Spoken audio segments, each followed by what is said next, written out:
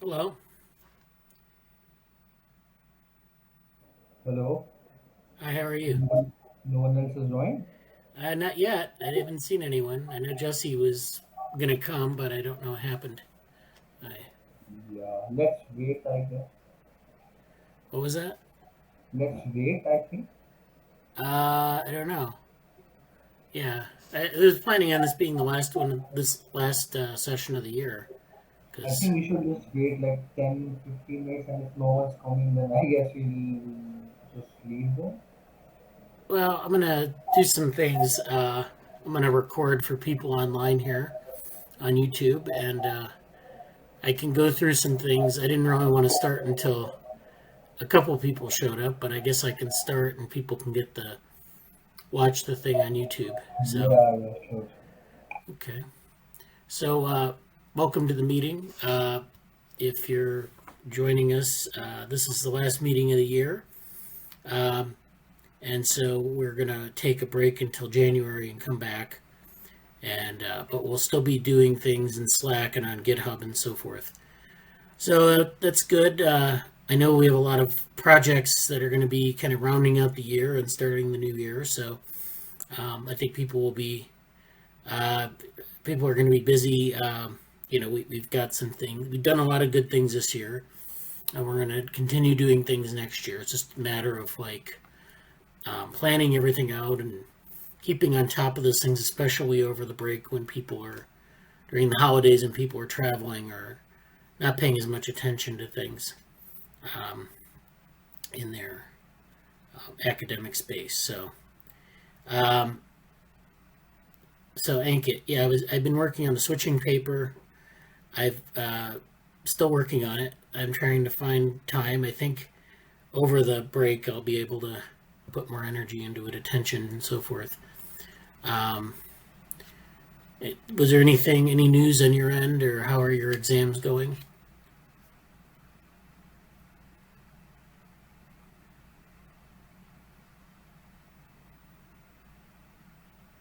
Yeah, I just had like two exams, and like I'll have an exam from Monday onwards. So, yeah, exams are going on. And with regard to switching, like if you have anything you want to like ask, then you could definitely message me in Slack and ask me. Yeah, that sounds And good. regarding switching, like I was reading a bit about this what do you call what do you call? I was reading about this cryptographic algorithm called SHA, or maybe I don't remember which one exactly was, but it is either SHA or either it was like MD5. Huh, it was either of these two, and like in that I remember like what they do is they keep on like shifting the bits, like circular shifting and something. So like I was seeing like what happens if I do like a circular shift on an array, and I kind of realized that when you shift the let's say you have 2 points. If you do a circular shift, you're basically like changing the points. Like from suppose it's 1 comma 2, it becomes like 2 comma 1. So I thought like I implemented that, and it kind of like can act like a new mutation method. That's something I'm going to test out. Wow, that sounds great. It's basically like x becomes y and like y becomes x, and over like let's say n dimensions, like maybe it will have like a bigger effect, but that combined with the normal mutation could like have good difference. Like I read this paper. Do you want me to show it? Yeah, go ahead. Yeah, just give me a second.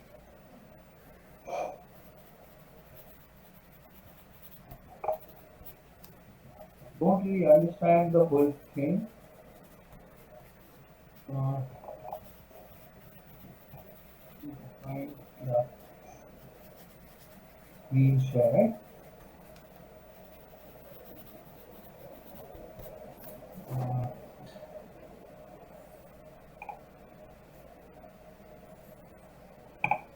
Let me know if you can see. There we go. You can see, right? Yeah. Yeah. So I think this was the paper. It's like so basically in this the author is kind of proposing like a rotational mutation, uh, basically which is using some kind of like vectors and stuff to basically find the minima. And the proposed algorithm starts from the point which has the best fitness value by elitism, and then the method rotational mutation is used to reach the optimal point. And so they call it RMGA. And what they do is basically, yeah, I'll just go through the part. They basically first, yeah, this is the, I think the algorithm. So what they do is first, I think they find a set of points, if I'm not wrong. Like suppose this is the wheel function which needs to be minimized. They will, I think, find these boundary points, and out of that they will apply like the elitism, like minus 4.5, minus 4.5, minus 4.5, and out of that, like it starts from this point, like 4.5, 4.5, because this has the, like the best fitness. That's like the elitism we are talking about, like basically sorting all the points in the order, uh, descending order of their fitness. And after this, this is something I do not understand basically, but they formulate something like a vector, and what they're trying to do is like they kind of try to move this point in the direction of that vector somewhat, depending on whether like the cost is increasing or decreasing. Yeah, and so what happens is that first they put S dash of S. Here F is our wheel function. Wheel function is this function, and it has a global minimum at this point. And what they do is they first take S dash is equal to F of S, and they find this vector R naught, and then we get this equation. Alpha is any arbitrary value, let's say zero point 0.1. Then they will move this point S with this magnitude of alpha in this direction, and obviously this R naught should be like inside the bounds, this bounds, and the end point of this vector is P, and they say that if if the vector's end point is vector's end point is better than where it started, then like S will become equal to P. So like yeah, where the vector ends, if that's better, then we'll then choose that point. So if it's better, then it becomes f of p. And if go to step 7. So if p is in the search space again, we'll again go back to step 2. And in step 2 again, I think it will form something like a rectangle of sorts maybe, and again it will choose like what's the best parameter, and it will then probably move in the direction of the vector. And if it is not, then what it does is like it puts like a beta value where p is beta into en, and after that happens, it's basically similar to this, and here we have the same en instead of that r. It's like similar Rn instead, but we have like P is equal to P into En. So again we calculate the value of this vector, and if that point is better, then obviously we move in that direction. So it's something related to rotation. This is something I didn't really figure out because they were talking about like polytopes, which I need to figure out what's polytope. But like maybe we can look at it. What's polytope? What's polytope? Poly. That's the first time that I've come across something polytope. So basically, I think the polytope here they are like referring to like an n-dimensional space, something like an n polytope. So of zero becomes a vertex, of one becomes an edge. Okay, so similarly, you will somewhere have like a rectangle, then a facet. So it's probably depending on the dimension, and that's how they're kind of choosing which point to choose, and then they're going in a particular direction. So this is where I kind of got the idea from. She's doing rotations, but I got the idea what if like you have the point over here, and maybe I could do like a reflection.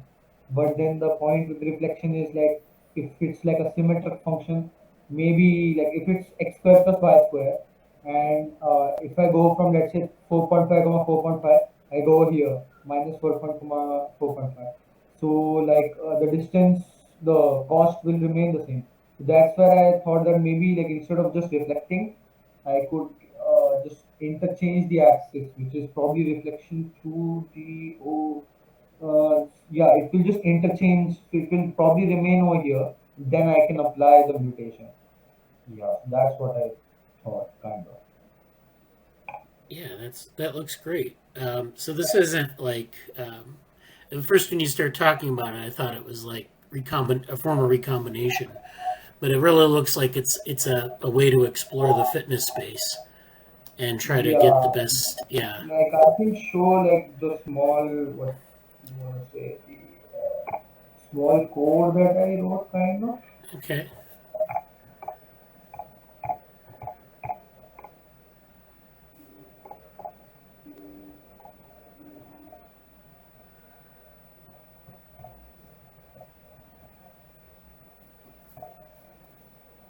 Yeah, so are you able to see? Yes. Yes. So basically, in this script, what I just took one arbitrary list and shift it. So this is basically what the mutation actually does. Is that it kind of like shifts. It does like a shift. So, for example, if I'm doing like a shift one, it would be like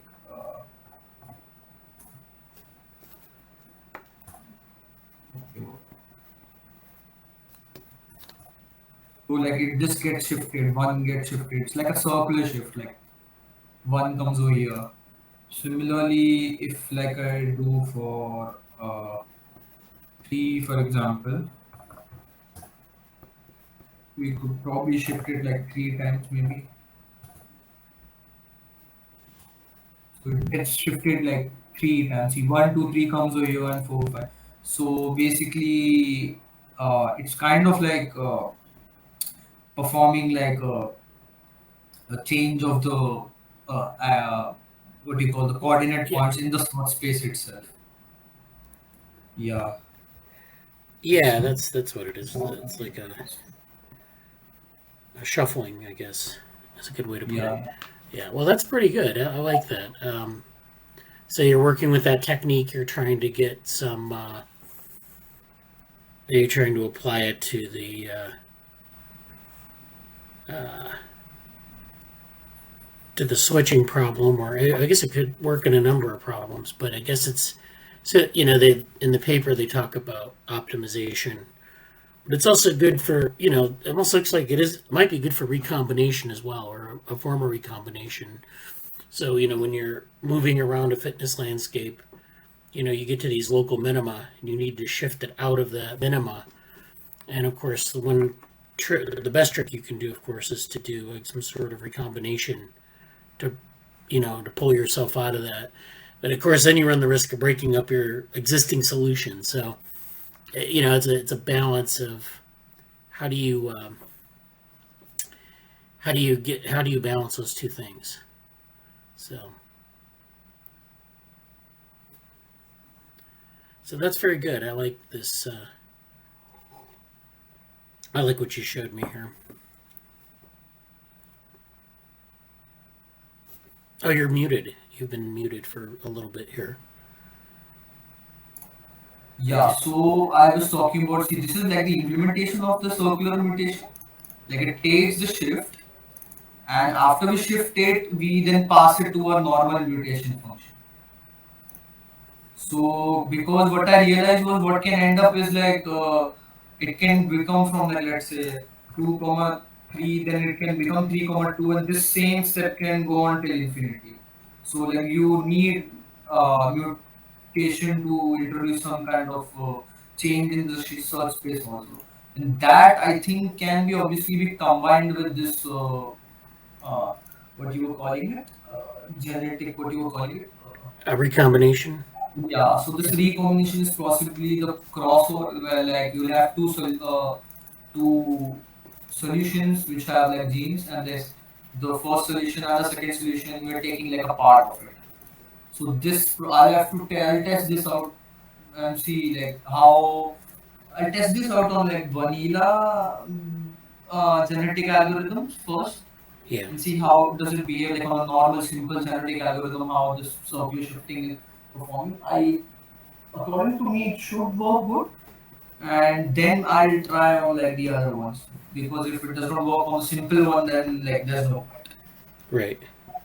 Yeah, this is what like I've worked on. Well, that's great.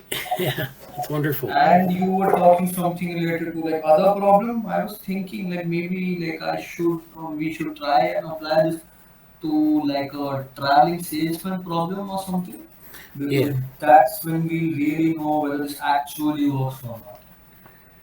Yeah. Right. Yeah, that would be good. And I was mentioning in the Slack that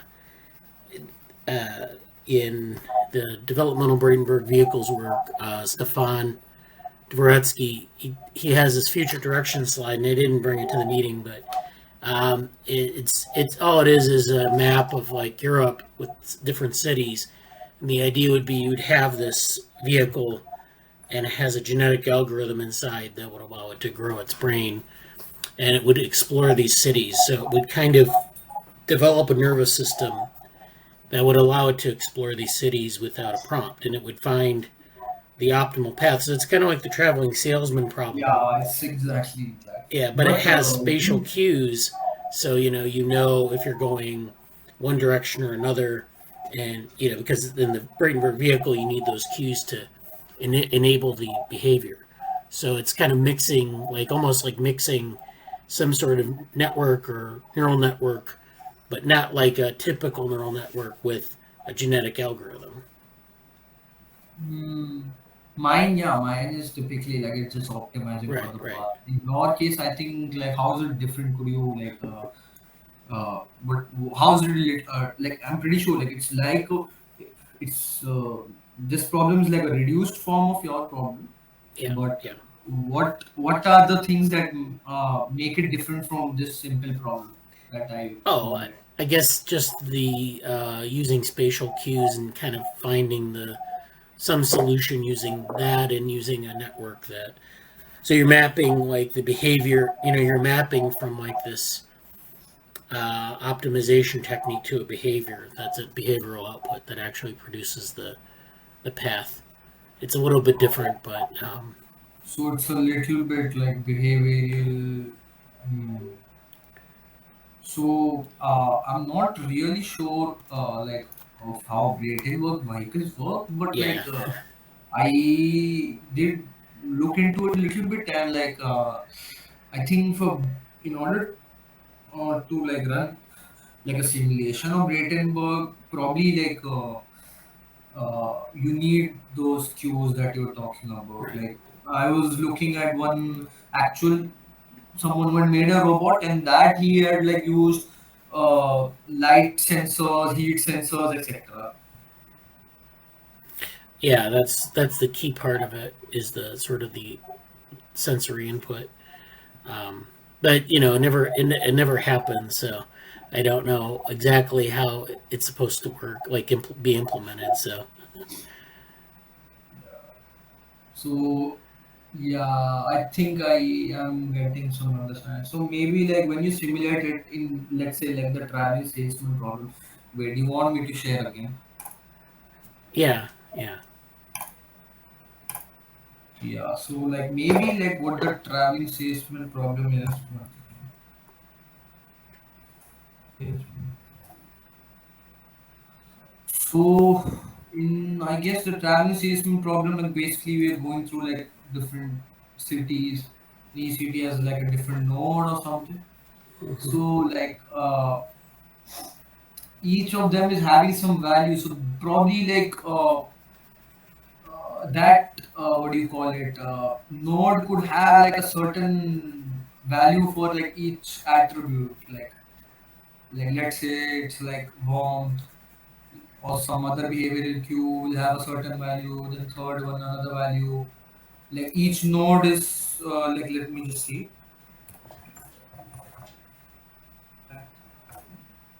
Probably by looking at this we'll get a good idea maybe.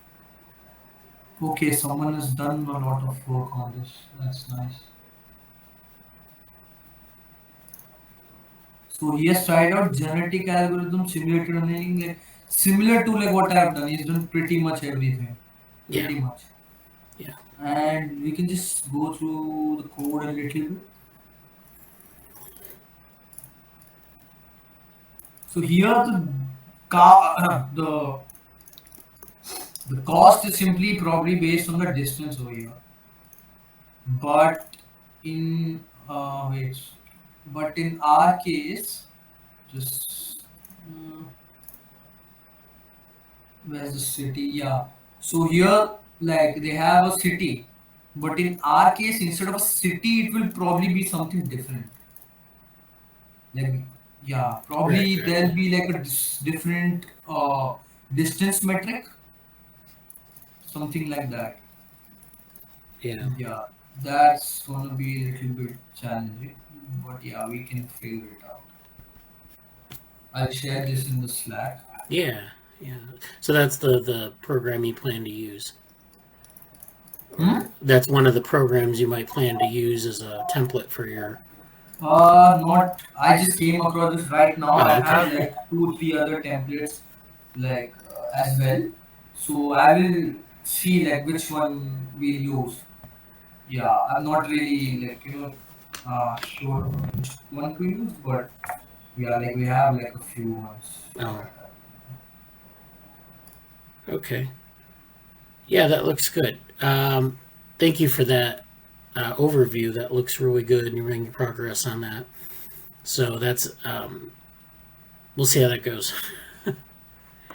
Okay. Well, why don't I move on to the Slack channels? I want to review those, and then I'll try to do the annual report a bit later um, as we go along. So why don't we do the Slack first? And I want to go through the Slack in a fairly quick at a fairly quick pace, so we can get through some of the things that were.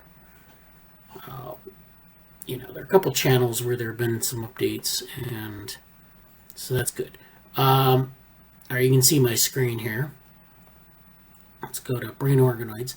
So Brain Organoids has a number of things in do it. you mind like if I leave earlier because like I have to prepare for my exams? Okay. Yeah, if you want to leave, yeah, you can. I'll look at the recording. I think. Okay, that sounds good. All right. Yeah, sure. Thank you. All right, thank you. So this is the Slack here. This is the Brain Organoids channel. I'm trying to find the beginning of this week. Looks like we had the first one here is this PyTorch Connectomics paper, a scale 1 flexible segmentation. So we present PyTorch Connectomics. This is a deep learning framework for microscopy images, and this is something that we don't talk too much about in this group, but we do a lot of this in our DivaWorm group. So if you're interested in this type of thing, you can go to our DivaWorm group and join the OpenWorm Slack, and I can send you an invitation to that. Or join our meetings where we talk a lot about, actually, we talk a lot about connectomics as well. So this is a good topic for that.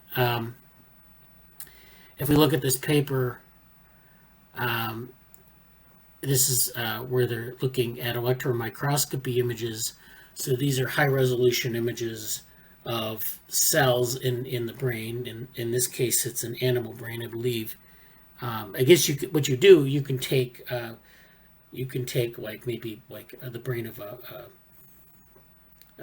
a human corpse, or you can take an animal that's been sacrificed And I think this might be C. elegans that they're using. I don't know what the actual brain is, but the point is you can create slices of the brain. You freeze it, you create slices, and then that gives you a really high resolution, and the images are very clear.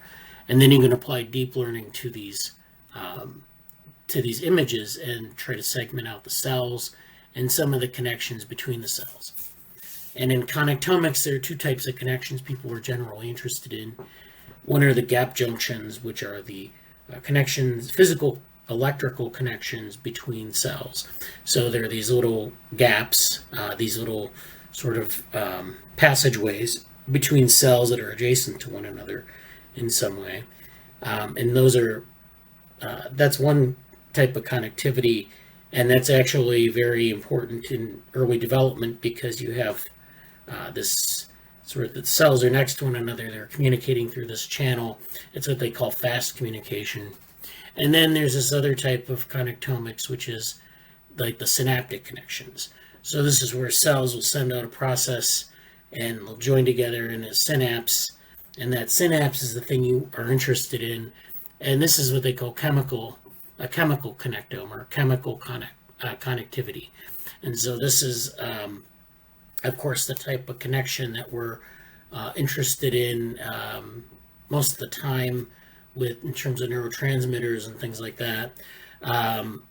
And so that's another type of connection. You can, in these type of segmentation exercises, you can extract both those types of connectivity. So this gives you a lot of data, and you can actually, if you get the right data set, you can do a lot of interesting work on it. So this framework achieves the best performance on the CREMI challenge for synaptic cleft segmentation. So this is something, again, this is where they will take these images and they'll try to segment out different things in the image. So they have done things like extract mitochondria, neuronal nuclei, which are just like the center of the cell where the DNA is, and then the synaptic cleft, which is the synapse and the sort of the volume that exists there. So they're really kind of making some good strides in this area. So this looks like Jeff Lichtman is a biologist. So there are a number of people working on this across computer science and biology. Exciting stuff going on there. Arthur posted a paper on the application of brain organoids from neuronal development to neurological diseases. And this is a nice review of how brain organoids are applied to different domains. There's neural development, neurological diseases, looking at basically anything you can do stem cell biology on, which are a lot of diseases, a lot of conditions. You can also use brain organoids. And the benefit of brain organoids is that they're these, three-dimensional, you could say four-dimensional as they evolve over time, three-dimensional models of what might be an organ. So cell culture, you just have the cells. The cells are sort of next to one another, and they do some limited signaling and things like that. But once they form a geometry, then they can do a lot more signaling. They have a lot more, they form tissues, the tissues fold, and there are all sorts of consequences to that. So this is a nice review. I didn't get a chance to read the whole thing over the course of the week, but this is, again, you have, you can make all sorts of different types of organoids, but even within brain organoids, there's a lot to learn and a lot to model. So brain organoids reproduce specific brain structures. They've been used to simulate different human brain regions, including the midbrain, hippocampus, pituitary gland, hypothalamus, and cerebellum. So we can model specific brain structures with organoids, or we can make these general brain organoids that sort of behave like a brain. It maybe tells us a little bit about things that we can't really do. We can't do these sort of in vivo experiments with the brain by just observing it in a jar and manipulating it. We can do those types of things with brain organoids. So that's where the advantage comes in as well. So it just kind of goes through some of the methodological progress that's been made. And we've been talking about that kind of in excruciating detail, but it's a very important thing to get right. Then they also have things on vascularized brain organoids, specialized brain organoids. So, you can do all sorts of small, you can get down to very Picane, as they say, or very hyper specialized questions and build very hyper specialized models using brain organoid technology. So you can look at interneurons, you can look at myelination, specific questions related to that. And you can build your model to really kind of customize it to answer those questions. And of course, they use brain organoids as disease models for neurodevelopmental disorders, neurodegenerative disorders, and the like. So these are, again, things you can't necessarily study in vivo. A neurodegenerative disorder in humans, you either use an animal model or you wait around for like 40 years to watch someone neurodegenerate, but you still can't study the in vivo aspect of that. And so this is why these models are very useful. So there's this is just like a sort of a compendium of different application domains. And then the future challenges of brain organoids, again, it's kind of like 2 paragraphs here. So there's a lot here that maybe we could think about, we want to do this sort of document where we go through sort of a lot of the introductory, like a given introduction or lay out the landscape of the field. So I think this is a very good seed paper for that. But I think this part we could actually expound upon a bit more, because this is not maybe they ran out of space, but so although brain organoids display a significant advantage relative to conventional 2D culture, researchers do realize a few issues in the field. First, to generate the culture, generating culture brain organoids is technically challenging and requires multiple reagents. So that means that you need to have a lot of different chemicals and different protocols to make these things work. And we knew that from looking at some of the recipes that people are using. They're very hard to sort of replicate in cell culture. Anyways, it's very hard to get the right combination of reagents to get these cultures to do what you want. So you just have to really work at some sort of recipe and observe it. And so this is not something that's easy to do. You can't really get it out of the box. You can try to get it out of the box, but they don't necessarily work very well. And so then getting these organoids to live healthy lives for a long time, it's also very challenging. They'll live for a short period of time and then they'll degenerate.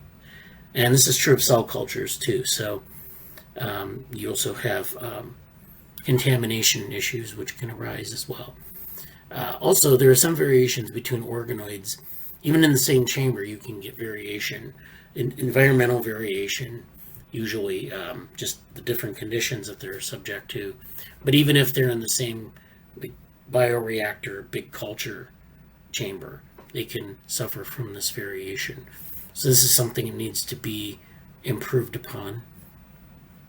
And then the dynamic cellular composition, structure, maturity, and crosstalk between types of cells occur during brain development and aging, but it's hard to mimic these types of conditions, at least as they're experienced by real organisms. So, we don't really know a lot about these types of processes that go on during development and aging. That's actually what we're trying to find out. But paradoxically, we don't really have a good handle on, how to replicate it. So we can't really get something that's realistic to sort of simulate these types of processes. So it's a very hard thing to sort of study. We can study it when it's in an organism and we don't necessarily need to control all the parameters. But when we control the parameters, we think, well, we can just replicate it. Well, we don't know enough about how those parameters behave in the real world to replicate it. So that's going to be a hard problem, I think. And so brain organoids for some brain structures, such as the hippocampus and cerebellum, have not been generated yet. So when you have structures with a lot of different cell types, it's very hard to get those things to form, differentiate the cells in the right way and in the right order, and then get something that looks reasonably like that that I wouldn't call it an organ, but like that structure.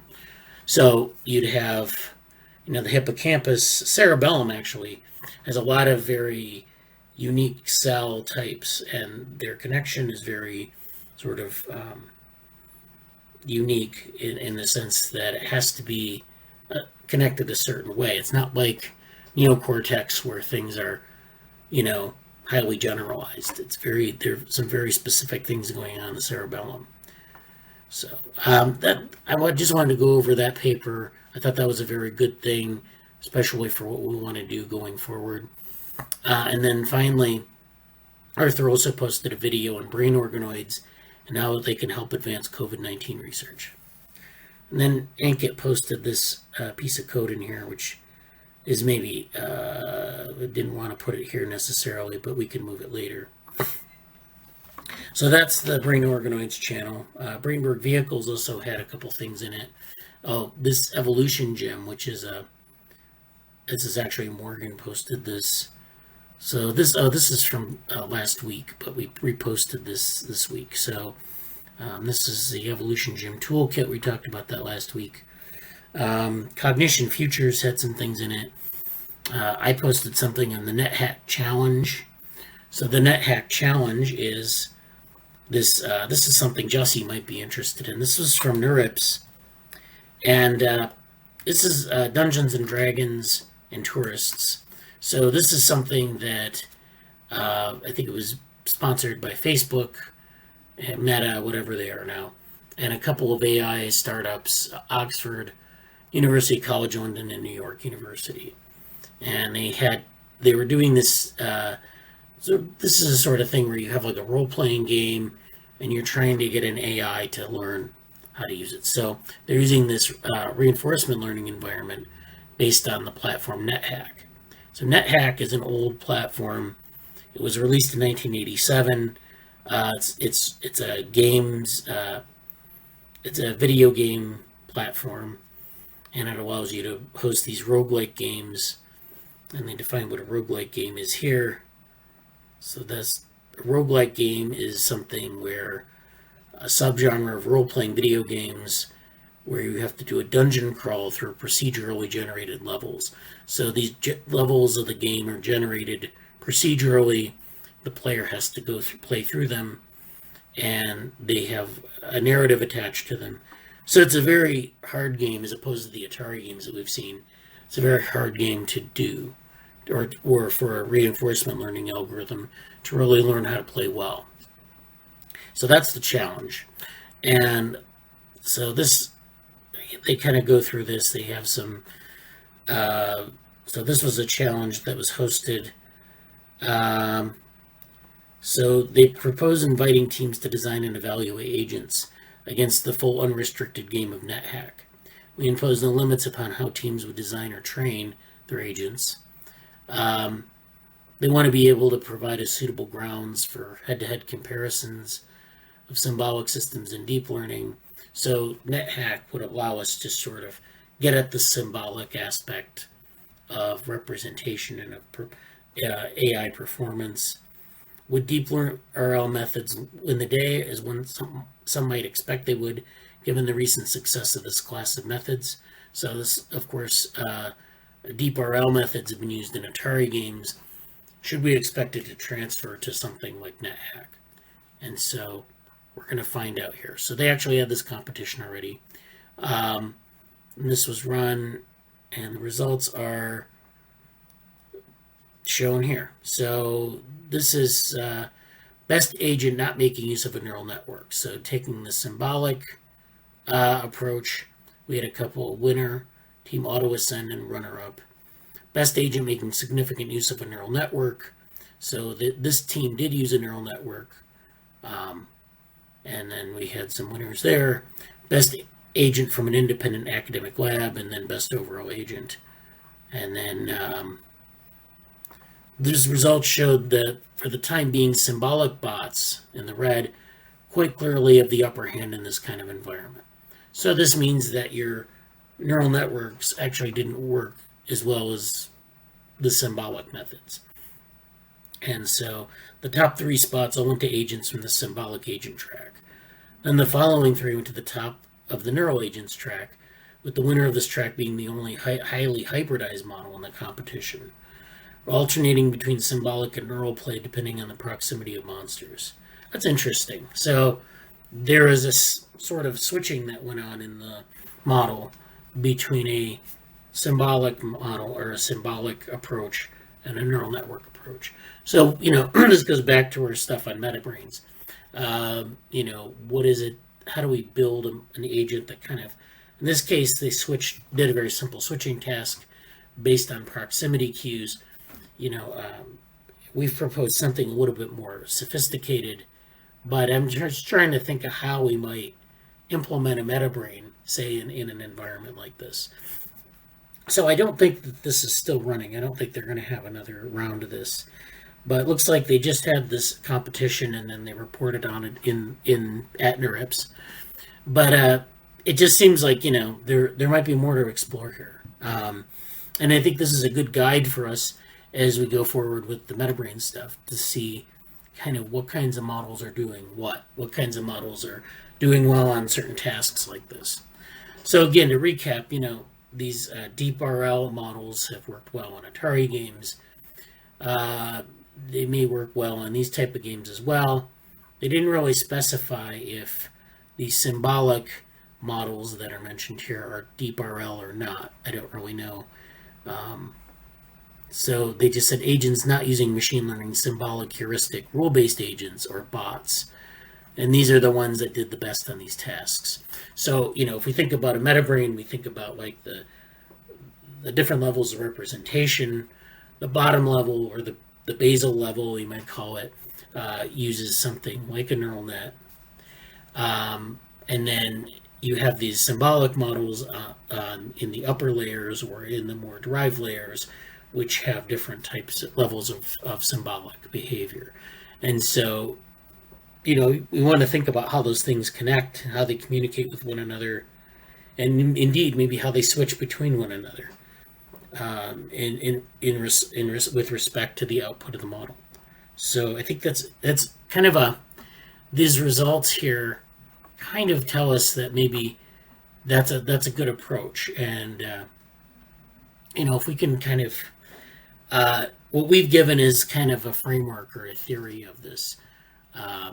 And I think it's interesting that this is kind of validating that a bit. So I don't know, let's check this out a little bit more if people are interested. We can talk about it maybe in the Slack. It's very interesting work. Next one, in ethics, society, and tech, we had a lot of conversation here. Actually, Erin had a lot of things to say. I thought that she had a lot of good stuff this week. I can't seem to get to some of this stuff here. Okay, so let's see. She had a lot of things to say this week. So this was something from Sunday. This is just something on data ethics and innovation. So this is something that came up. This is an agency, CDEI, the Center for Data Ethics and Innovation, and they published an AI assurance roadmap setting out the steps required to build an effective and mature AI assurance ecosystem in the UK. And so this is, if you're interested in this area, this is a nice roadmap to go over. Then she posted something on Log4j. I think there's a great transferable message here for us about the strategy of use and design of systems moving forward in all kinds of computing, including ML, NLP, et al. We have decisions to make about the best ways to use the synergetic open source systems like Log4j, while recognizing malefactors can use them and use features in closed source, privately developed code. So this is this Log4j software flaw that's allowing for this bug that's going around. And so there's a lot. I think there's an interesting connection here between cybersecurity and open source as well, which is where you have, these open source platforms. People can take an open source platform and create different versions of it. They can also study the code. So that means that you can build some really malicious thing with it. So you have to be mindful of that when you can have like a license that sets out the terms of reuse, but quite frankly, criminal organizations or people who want to do nefarious things don't really care too much about your little statement. I mean, it's a legal document, but the other thing is that you have people can access this, and as such, they can gain an inside edge on how the system works, and they can create vulnerabilities. So that's an interesting topic we should revisit. And again, I encourage Erin to participate in the New York Celebration of Women in Computing, which is coming up. And Jesse, if he were here today, could tell us more about that submission. But we'll go over that in a little bit.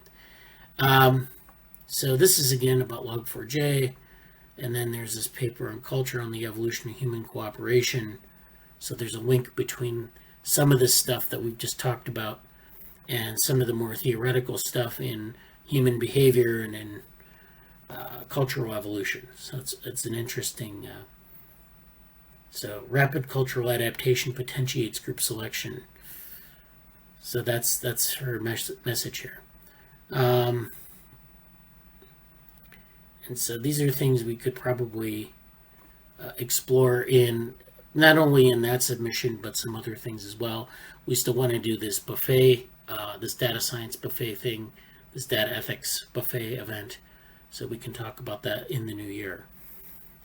It's something that we're kind of, we have an open timeline on that. We want to maybe preview it at the New York Celebration of Women in Computing, but I don't know what timing we'll have on that. We'll see.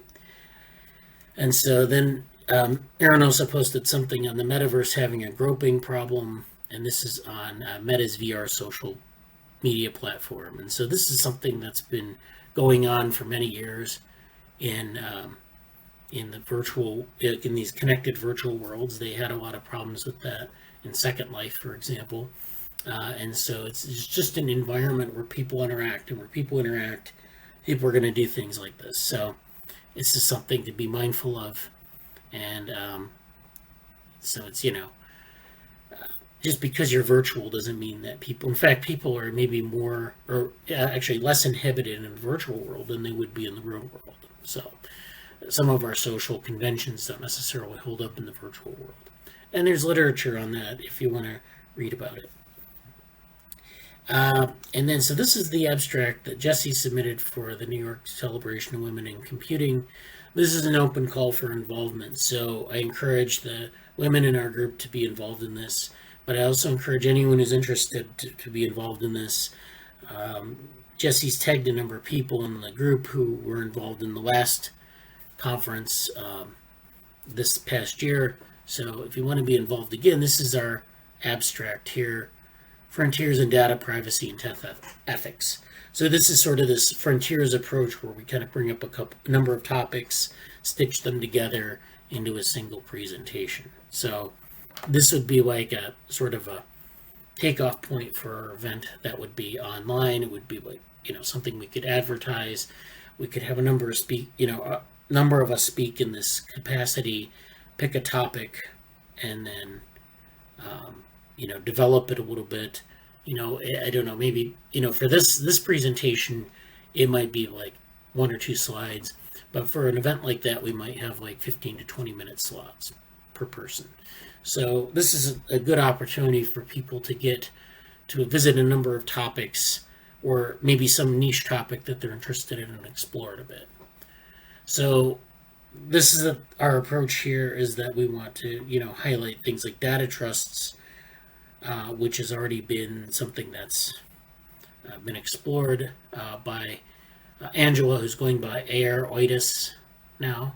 So we have the data trust part, and I know she did a 30-minute presentation on that. So that's, that she has that sort of, she knows about that. Now the question is, how do you make a 5-minute presentation out of a 30-minute presentation? Well, you have to boil things down quite a bit. But I think she's got a better handle on it than like if you were just kind of exploring a topic that you didn't know anything about. So there will be data trusts for sure. There will be a number of different topics in data management, and I believe that Erin is interested in that topic. There's bias in AI, and I know that Krishna has talked about bias in AI, and I think Jenny and Jesse and myself. Actually, Jenny is involved in the plot twisters work. So there are a lot of maybe potential topics that she deals with plot twisters that might be useful here. So this is an ongoing thing. If you're interested in joining, please let us know, and we will get you. We'll maybe reserve a couple of slides for you. So this is something, again, Erin, and this is something I actually wanted to talk to her about. I had hoped that she'd come to the meeting because I felt like this was something that we can advance in terms of research. Because I'm here. Oh, hi. Hi, Erin, how are you? Good, just West Coast. Yeah. I mean, I was doing. I thought I was the only one here right now, but welcome to the meeting. Thank you very much. Yeah. So I was going through the Slack channel here, and I was talking about the Ethics Society and tech stuff, and I just got to this article here. The internet runs on free open source, and so I wanted to talk a little bit about that because we had talked about this. This looks like a really interesting topic. So this is, something that I've worked on.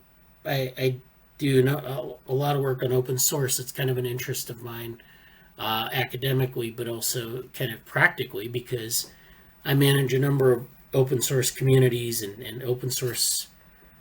That's sort of what I think about on a daily basis. So this article you posted, the internet runs on free open source software. Who pays to fix it? So this is an issue that if you know anything about open source, there's this issue of sustainability. And that is like, you can create an open source artifact and put it out there and people will use it and maintain it.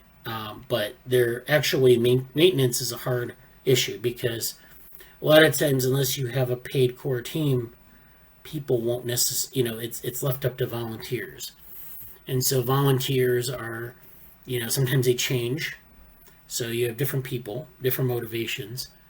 And then you have sort of the continuity part. So a lot of times you'll have things in your mind that you have, like a lot of people won't write down procedures. And so the nature of these things change as those people change out. I like this, but I like how they're kind of getting at this issue of fixing it. So this is another thing like where, we just assume in open source that there will be volunteers to fix some bug or update the software. And that's not necessarily the case. So, I mean, I've worked with the Open Room Foundation and not to be too insider about it, but, there are a lot of issues where you create something and then people leave and then you have to find someone to fix some of the things. And we have project leaders, but, the project leaders don't necessarily have time to fix every issue that comes up. So this is where it gets a little bit difficult. And furthermore, if you have a totally volunteer system where you don't really pay people to do software development full time, it's very hard to know, first of all, exactly what the issues are that need to be updated, and to getting people to do this in a timely manner. So I just thought, I don't know if you have thoughts on this beyond the article, but I'd like to I hear. do. I think it's fascinating. It's one of the things I'm most interested in right now, and I think it goes back to that. In economics, I learned that philosophy of the meat. Or sorry. Um, I'm half asleep still. Tragedy of the commons, and it goes back to that for me. And I also am thinking about a flipped on its head version of Boyd and Richardson, that article that I keep posting with the cultural evolution of our species. Not really the genetic evolution, but really our behaviors and how we function, and the evolution of those, whichever small subset of our species is doing something in a really effective way, that it trickles out through the rest of the communities. And I think there's this really interesting tension between not being able to pay people, but they'd maybe be doing this because it's something that they love, but then they have to make a living. So in our society, the way that we function currently, most of us, you spend most of your time on things that feed and clothe you and shelter you, but someone might be very interested in whatever open source project they're doing, and there's that interesting tension there. And then I think flipping, like I said, Boyden Richardson's idea on its head, this malefactor that comes in and benefits off of the synergy of the group, so something like open source, but then is able to sort of abscond without having to put any work in. And it's interesting because we often think of, oh, everyone doing this work and involved in like the upfront economy, and then someone comes in the night and takes something and runs away. But I think some of the most visual people doing that now, if you look at the definitions, and I'm not trying to, point fingers at someone intending to be a malefactor, but effectively the wealthiest people.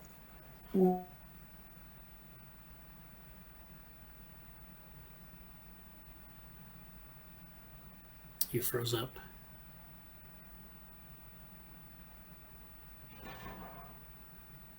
Erin? I think she froze up. I don't know if you may have to rejoin the meeting. Like just go out and come back in. I don't know if you can hear me. But yeah. Well, yeah, I think there's some really interesting things there. The tragedy of the commons, of course, is a good example. And there's a nice class of problem called the free rider problem in economics, where they try to look at like where people are trying to benefit from a system without contributing to it. So in collective action, you often have this problem where people will just not participate because they figure everyone else will do the work and we'll have this collective thing, so I won't participate. And the problem is that if enough people do this, of course, you can't have a collective solution because you can't get people to coordinate to do anything. So if everyone's free riding, no one can have collective goods. But if everyone's contributing to collective goods, then that's the optimal thing, or to minimize the amount of free riding. And so that's one of the themes that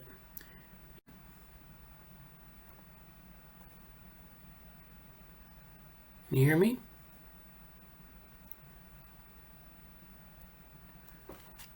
Okay. Well, I think we're well, anyways, yeah, you can join the recording when I don't know if you're out there. She's going to come back in the room. But anyways, this is sort of an interesting problem, and I wanted to wait until she gets her connection reestablished before I go into this next part. I posted something on Cose's Penguin. So Cose's Penguin is this issue of like collective behavior and how to sort of coordinate this. And Cose's Penguin is a sort of a legal, quasi-economic argument for making this happen. This is something that's about 20 years old. So it was published in the early aughts. So this is a time when people were really thinking about this. The internet was kind of new at that point. So people had been thinking about this only a short period. I mean, they'd been thinking about it in other contexts, but in the internet, it was something that, let me share my screen, that was relatively new. So if we go here, I talk about Koza's penguin being about 20 years old, which is the lifespan of real penguins. So it'd be interesting to sort of, I don't know if I put that link, maybe I put it in this reply. Yeah, here we go. So this, well, yeah, this one here. So this is the Koza's penguin paper. This was by, or this is actually a link to the paper. This was by Yochai Benkler, who's a technology economist, and this is about peer production. So this essay explains why the peer production mode has systematic advantages over markets and managerial hierarchies. But of course, this peer mode of production has its own features, and one of those features is minimizing free riding, because you're doing a lot of peer production. You're not relying on like, you know, 5 year, well, you might have a 5-year plan, but it's not something that you have a management hierarchy sort of guiding through, and you don't have a lot of like organizational usually you don't have a lot of organizational resources in peer production. But this is the idea here, is that, you know, we can produce things collectively, come together, produce something, but then how do you maintain it? And so I don't know if Koza's penguin really thought, like, the model didn't really apply to maintenance of things, it just applied to this producing things. So this is the sort of thing where, you know, you could apply it, I guess, to maintenance as well, but from a practical standpoint, you know, it's hard to think that it's going to be exactly the same thing. Peer production is most famously applied to sort of these open source projects getting off the ground, just building something amongst a group of people, and then you have this thing in the world. Then, of course, maintenance, though, is a different sort of thing, where you have to you have to put resources into it on a regular basis. You have to have information that's passed down from, you know, person to person as new people join the organization, old people leave. It's well known that in open source organizations, that those organizations are, you know, so sometimes a lot of them fail precisely because they run out of maintainers. People leave and do other things, and the project dies. And certainly in the Open Worm Foundation, we found that that's true to an extent. We have projects that kind of fall by the wayside because people leave, people lose interest, and then you don't have people to continue them. But even in like academia, that happens, where research projects kind of die because people don't have people leave, they kind of give up on it, they're not really interested anymore. There's nothing to learn, so those things go away, and they get, they just kind of go into the ether, and it's like, what happened to that? And they're like, oh, it just kind of died, So that's always a challenge. So, Erin, are you back on? Are you able to talk? I am, and Okay. Case in point, if you don't feed your long-suffering laptop with energy, it too will go away. Yeah. Yeah. Oh, another point I'd like to make is I was thinking about how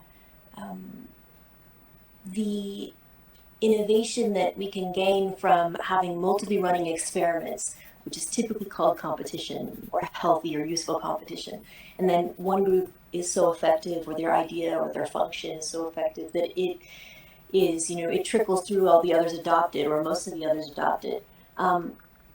We often have this framing of competition as always useful, but in this situation, with these models, people being able to contribute in their free time, and that free time being so limited, and then also that pressure to perform so well in whatever is paying them, and then open source being volunteer based, oftentimes we may actually be having an unhealthy competition between the employed market or the paid work market, and then and not even actually necessarily that, because paying companies can produce open source products, so that's another option. But between closed and open software, we might be having an unhealthy competition, which actually stifles innovation. and I think that's something interesting to look at. And I know it's for some people would have to be worded sensitively because a lot of people might have a lot of fear around the topic, but I think it's important to explore if we're being intellectually honest. Right. Yeah, I'm just taking some notes here. Oh, and then before my poor laptop gave up the ghost, the concept of a malefactor or someone who's profiting off of the system but not contributing, and also the stifling of healthy competition goes back to monopoly or one tech giant having such power or so much money, even though there isn't really a healthy competition of ideas or products going on, that type of thing, and how that becomes the free rider that Boyd and Richardson were discussing in that paper on our culture evolution. Yeah, that's an interesting. Yeah, I like their work. I remember some of the classics that they've put out. They're still producing papers, so that I think I like that paper. I like their approach. Oh, I can't get over it. Yeah, it's so applicable and rich, and I'll probably be reading that the rest of my life. It's amazing. Then of course, we can make ties to cultural evolution, which of course we talked about we at the cultural evolution conference that we worked on a little bit, and I didn't see anything on this topic at that conference, but it would definitely be that'd be great then. Right in that area.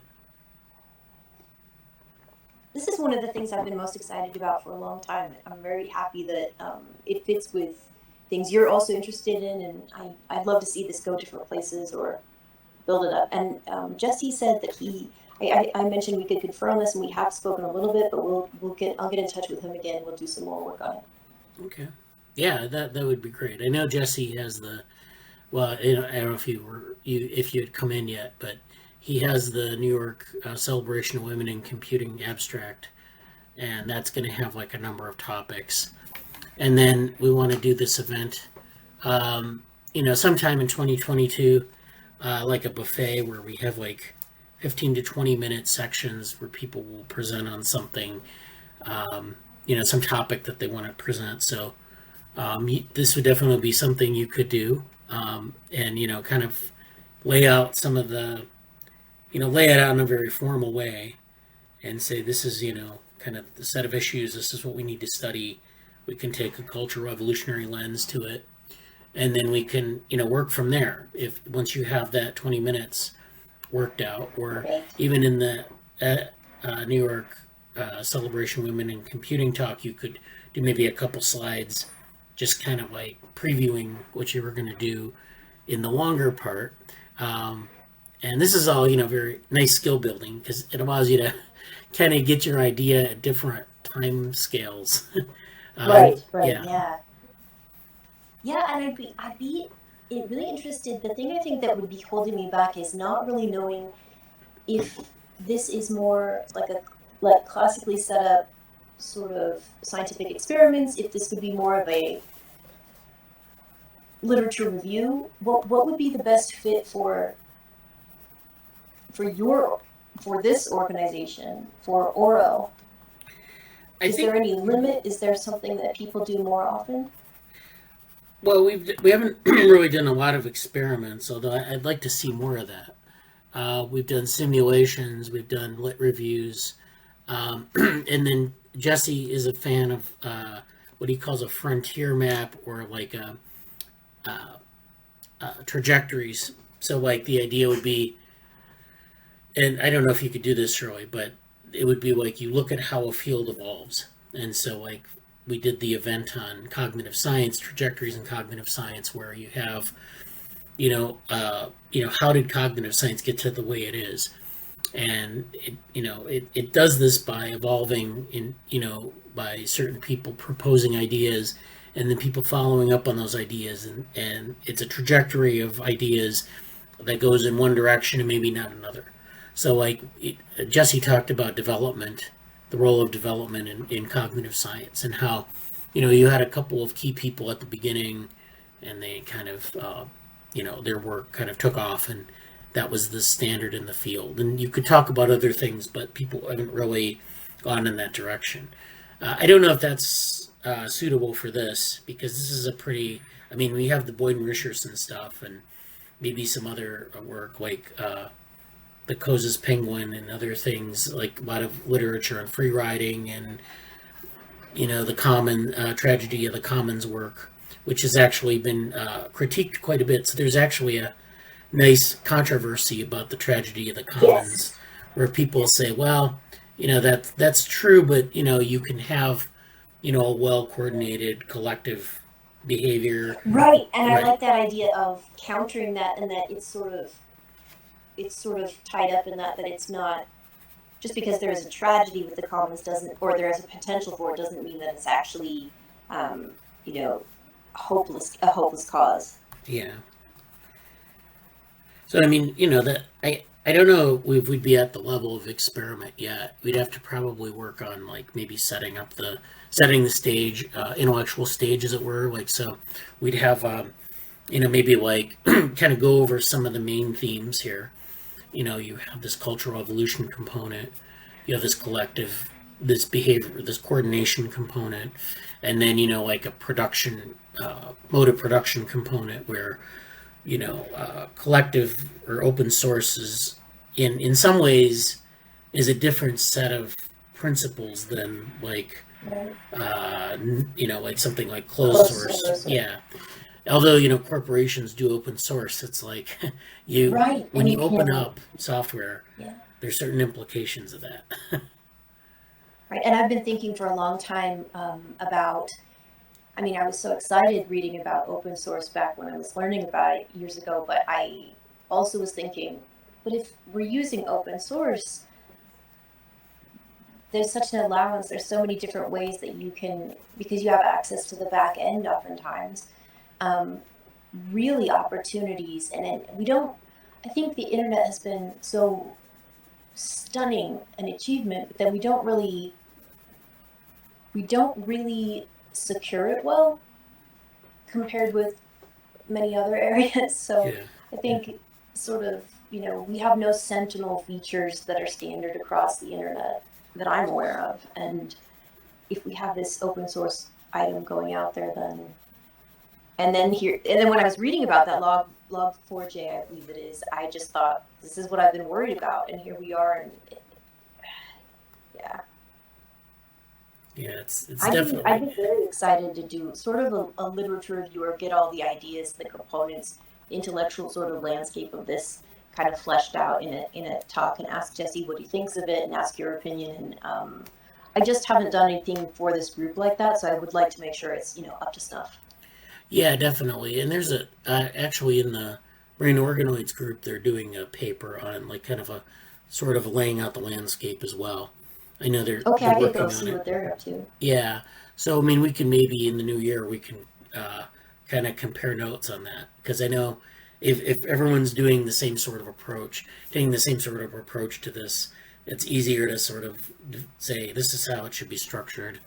Like scaffolding or something. It's just, I think I really enjoyed talking about this and thinking about this, but I want to make sure, I'm not sure if there's any sort of preset thing for OREL that you would prefer.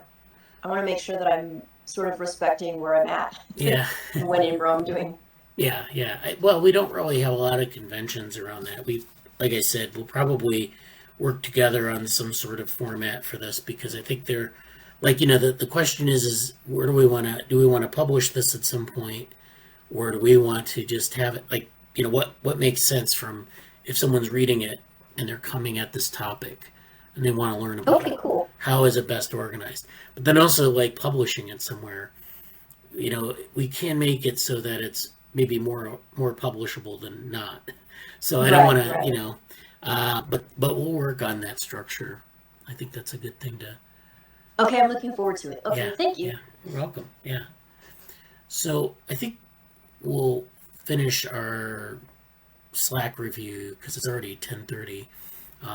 So thank you, Erin, again for the conversation. And again, we're in the Ethics, Tech, and Society channel, and I know some of you haven't checked it out.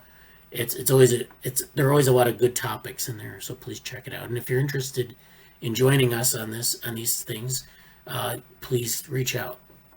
So that's all I'm going to do for the Slack today. I want to go over. I want to share my screen again, and I want to go to some of the other things. First of all, I guess I was waiting for Jesse to maybe show up, but he's not showing up today. So I'm going to go through the annual report next. And this is something I prepared, something I did last year. And I know, Erin, if you want to comment on this, please feel free to. I'm going to start this. And if you're watching online, I can make these slides available. I'll make them available in the Slack. So this is our 2021 year in review. And so this is our little feedback here, feedback loop between 2021 and its inverse. 2020 was a weird year. We had COVID come down on us, and it changed the sort of the path of the lab quite a bit. We got involved in a lot of things. We got involved in NeuroMatch, which wasn't on the radar at the beginning of 2020. As a result of that, we got a lot of new people. We developed some pipelines for bringing people into the lab. And just through word of mouth, maybe through maturity, we were able to develop a lot of different themes and kind of move them forward. In 2021, we were able to do that even more. And we've really kind of, I think, gelled around some good projects and themes.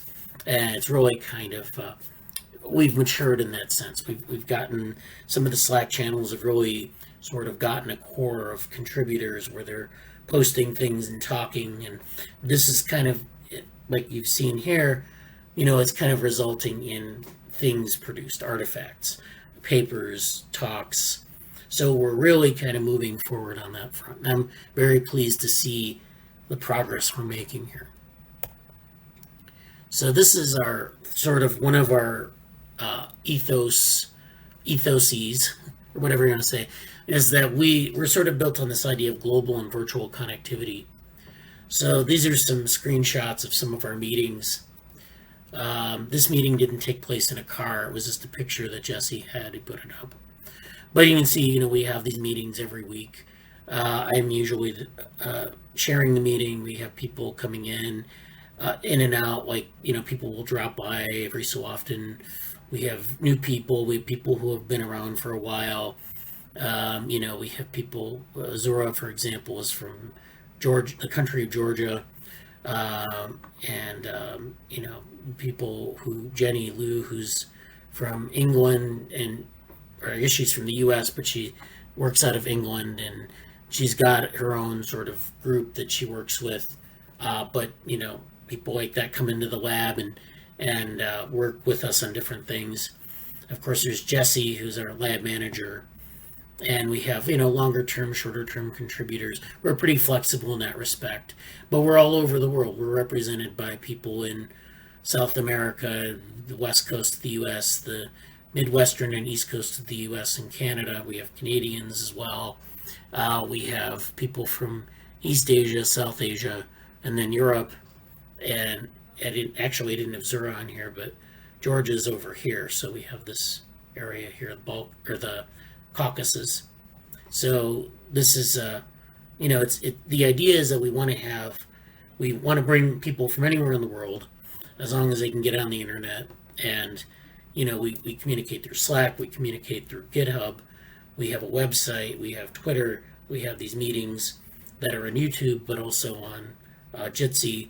And we try to, facilitate collaboration this way. And it's been pretty successful. We have these sort of online and offline components that we try to leverage. We're still, sort of developing, we're optimizing it, I guess. We've developed this, it's been like 2 or 3 years where we've done this sort of experimentally. So, back in 2019, the lab started the Bradenburg Vehicle Study Group. And so it was, I think, 5 of us, and we were working on this very specific topic. And then that kind of, we published a paper on that. That group kind of, broke up. And then Jesse and I were in that group. And then when COVID happened, this sort of framework came into being. And so this is not, this is something we're still working on. Hopefully post-COVID, it can be, maybe we can incorporate like, physical components in different parts of the world. But this is what we kind of aim to or strive for. We've had a lot of events. So we started in March with the Embodied Intelligence Workshop. So this is the something that we did in March. It was a presentation, or it was a workshop that again was virtual because of COVID. It brought people from working on embodied intelligence, which is where you have AI, but it's embodied in like in a computational way. So it could be a robot. It could be talking about like human interaction. Humans, of course, have a body, and we interact with our environment. And so we actually had some of our work featured there. Stefan Dvoretsky, who was another member of the original Bradenburg Vehicle Study Group, talked about some of his Bradenburg Vehicles work, modeling neural development. And this was some of the work here where he created, these growing neural networks. They grew from like a very basic model, and then they grew according to their interactions with the environment. So as this vehicle is moving towards stimulating the environment, this neural network is growing, and neurons are added and reconfigured in terms of their connectivity and so forth. And so this was one approach that was featured. Then I talked right after Stefan about our approach to developmental embodied neurosimulation. So we've been talking about this in the lab for a while. This is sort of I use the term developmental AI because it's sort of a catch-all term, but basically it's a similar thing. It's where we have all of these different components that we've been developing, the allostasis machines, the Gibsonian information, developmental Bradenburg vehicles. These two things are combined into something called continual embodied learning. So we have sort of this roadmap that exists where we take all these different approaches and plug them in to these things that we're doing in the lab. And so this is sort of this neuro AI, or this developmental AI. If you're in the Dev AI channel, you see a lot about this. We also have channels for all these other things. But this is basically our approach. We're just kind of coming up with different tools, different approaches, and plugging them together as they need to be. So, developmental Bradenburg vehicles by themselves are somewhat powerful. But if you plug Gibsonian information in, you can understand what these things are doing theoretically. You can improve their design. You can also understand about some process computationally, which then, might lead us to understanding maybe things about human learning or animal learning. And we can even plug things like cultural evolution into this, or things like allostasis or regulation, or things like that. So there's a lot of flexibility here.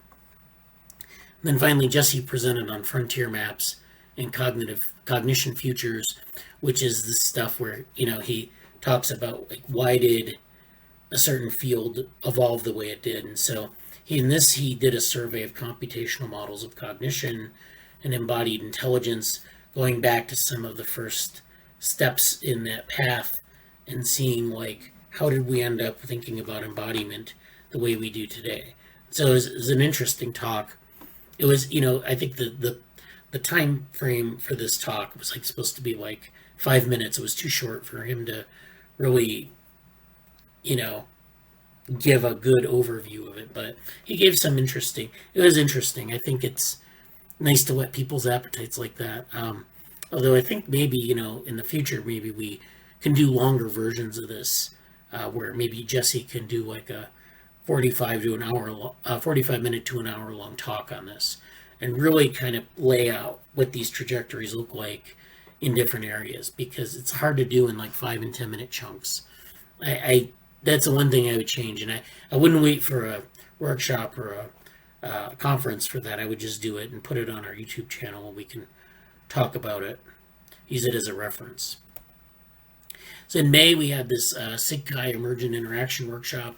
This was Jesse and myself and Daniela and Avery, and this was a nice workshop where people were talking about this idea of emergent interaction. So this is human-computer interaction, but this is where humans are interacting with technology, and you're trying to develop ways to understand this.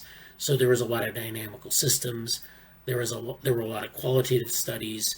There were actually references to things like coevolution, and then we contributed with our paper on allostasis machines, which is this idea of allostasis, or moving between states, regulating, internal states. So we're familiar with internal states, maybe in terms of emotions or physiology, or even like cultural or psychological states, and that people sort of move between them as they're regulating their internal behavior.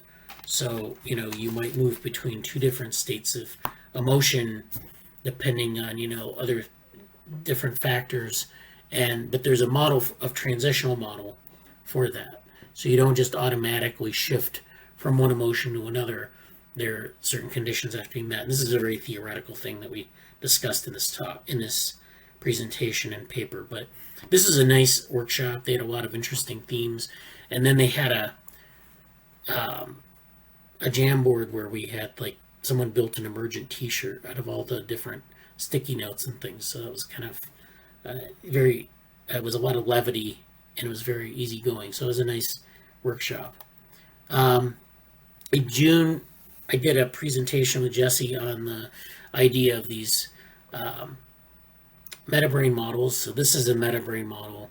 The sensory input comes in here, and then you have these different levels of representation. This lower level is probably something like a neural network. It's a connectionist model, but it doesn't really have any representation to it. There's nothing that it's building upon in terms of representation. A higher level representation, it might be something like a symbolic model or something else where you have a lot of symbolism, and there isn't really much that is, it's not really modeling the brain, it's modeling the mind. So we can have these different levels, and we can actually replicate sort of the geometry of a brain or even a mind by having, these representational layers be different shapes. So there are different ways that these representational layers can interact, and there's a geometry, the geometry might be important here, so we can actually manipulate that.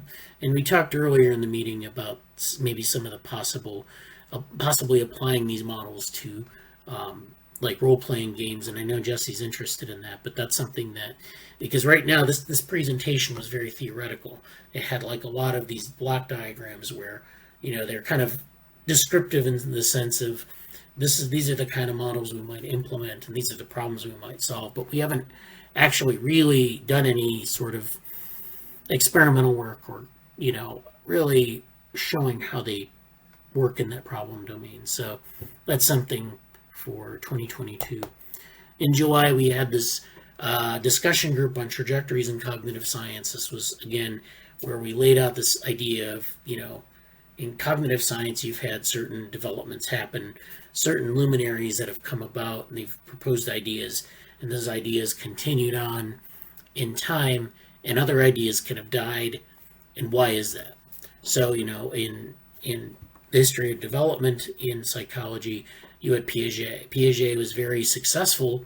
His ideas were successful in terms of influencing, subsequent generations, subsequent ideas, but other ideas maybe were not that successul. And so the question is why? This was actually the review of a paper that Jesse and Anusha did.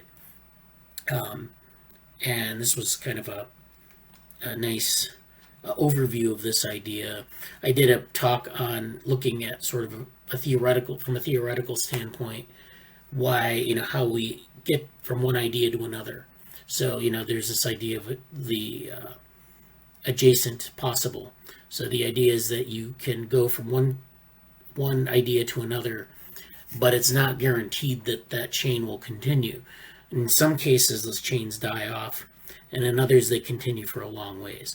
And so, this is something relevant, I think, to innovation as well as academic trajectory. So I did this short talk on it and just kind of highlighted some of these things. Avery Hansen used to be known as ants and now is Avery, did a thing on, I think it was developmental neurobiology, and it was really interesting. The whole thing is on our YouTube channel, so if you're interested, you can go look at it. It's rather long, but it's like a 2-hour session, but you can sort of forward through to the different speakers in that. We also have a Medium post where the speakers are sort of, I have links to where the speakers start. So, and then finally, there's this in the fall. Then we were just kind of doing things, papers and other things, and kind of reloading our queue. And then in December we did 2 events. Maine, which is the Montreal AI conference, which is very good, and then Neuromatch 4, which was also very good. It was a shorter conference this year, 2 days instead of a whole week. We did a number of things at Neuromatch. We did Gibsonian information, which was myself and Jesse and Daniela and Avery. Switching theory, which was myself and Ankit, and I don't know who else was on that. Economic metabrains, which was actually just Daniela, but that was a takeoff on the metabrain stuff that Jesse and I were doing. And then allostatic kinds, which was myself and Jesse and some of the people from the Seller group, which is like Jenny and Avery. So a nice diversity of talks. Those are all on, and I think I also did put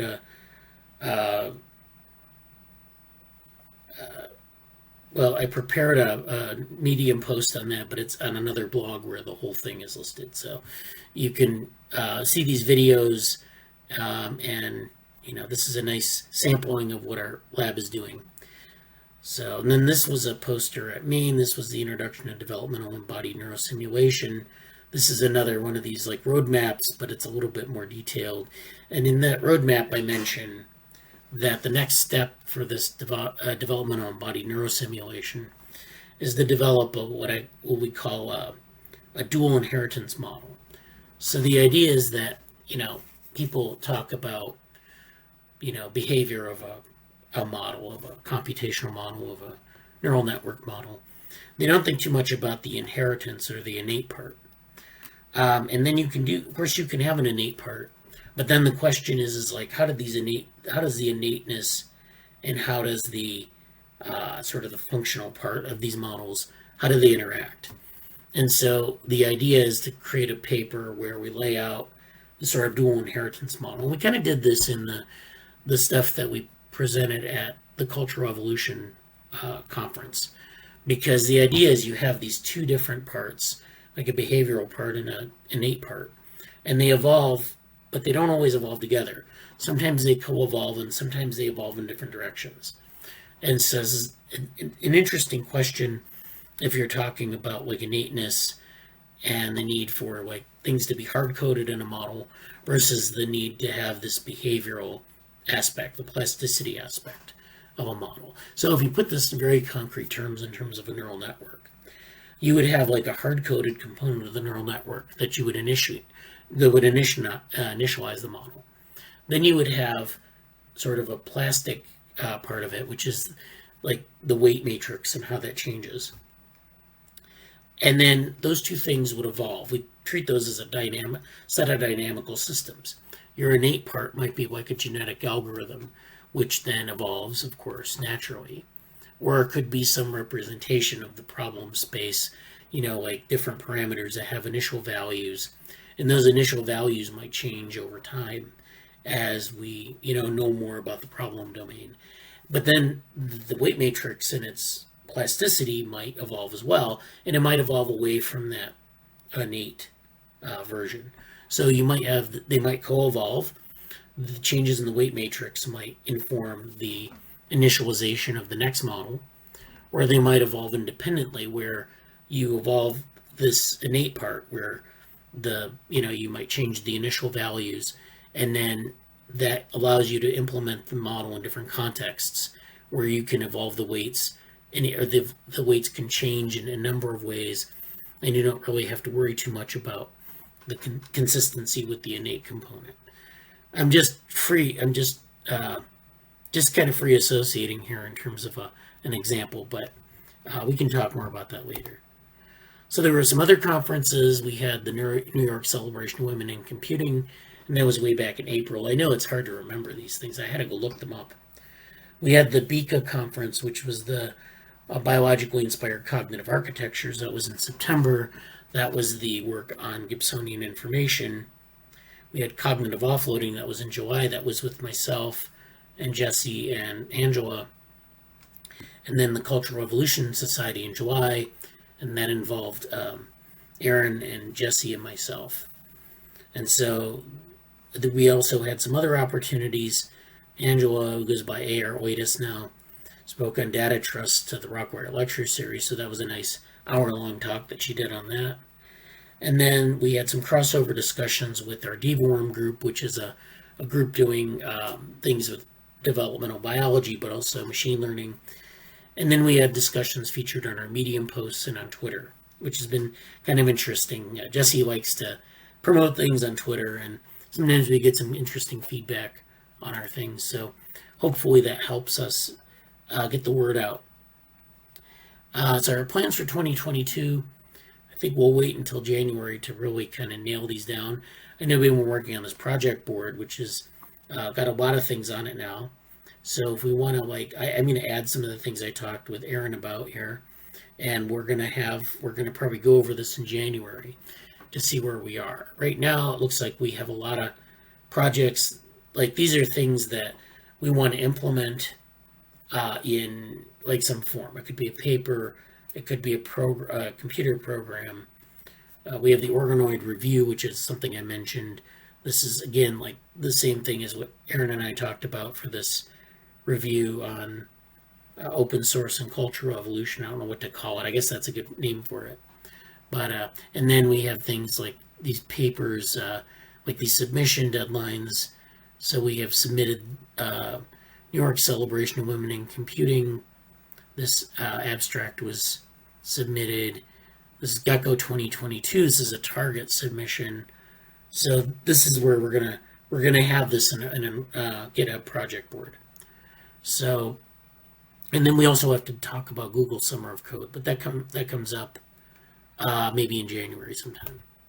So finally, this is Jesse in his wall, I guess at his home, and this was something he posted on Twitter.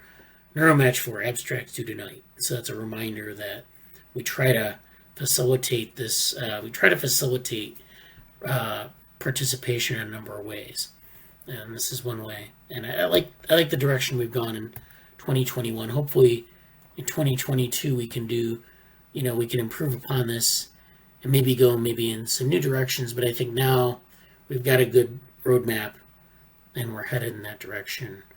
And I don't want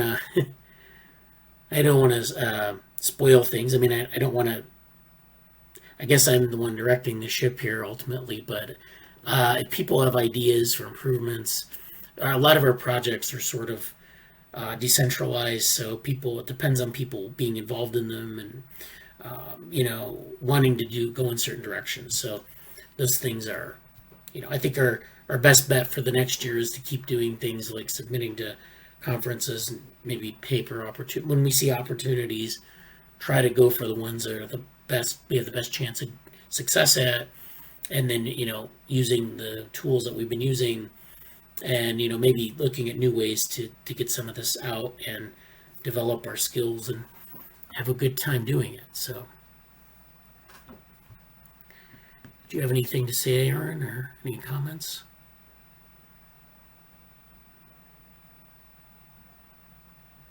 Okay. So yeah, and then we have our submissions document that I've worked on. I keep working on it. I haven't updated us in a while on this, but this is everything. We started this at the beginning of 2021. This goes through maybe to about 65 things that we did in 2021. So this is just to think about the scope of what we've investigated. We've done a good number of them. I think we've done about maybe 40 to 50% of them whereby we have this opportunity, we put it in the list, we follow through, and then we get like a publication or a talk or something. So we've done like a good number of them. Some of them have been like, we haven't done it. Some of them we missed the deadline. Some were rejected, which were the red ones. And it's just, a matter of like rolling the dice and trying, to do these things. And, what we can do is what we can do. And I think we've had a pretty good success rate at that, considering the sort of the usual success rate of these things. So for this coming year, we have a couple things already on the list. I'm going to maintain this list in conjunction with the project board on our GitHub. This project board will be more for like sort of artifacts or like things we want to implement. This will be more like overarching submissions. So if it's like a submission to a journal or a workshop or something else, we will put it in this list. If there's a specific implementation, like a review or something, we'll put it in this list. And then hopefully these will match up in some way. So we'll go back to this list and say, can we submit something from this list to go on this list? And we'll look at, we'll assemble opportunities here. If we have question marks, that means we need something for this. So for A-Life, we might go back to this and say, well, what are we doing? And then we see that we have a couple things that maybe fit the bill. And, that's the way we can do this. So so this is good. Thank you, Jesse, for assembling this project board once again. And maybe we can do something with the submissions doc, shape it up a little bit for the new year. Good. So, finally, I wanted to get into some papers. I know we started a little late. I started at 9:15, so I'm going to go to 11:15. And I have two things in there, kind of, I don't know if they're going to be over people's head or not. This is kind of in 15 minutes, but we'll go through it.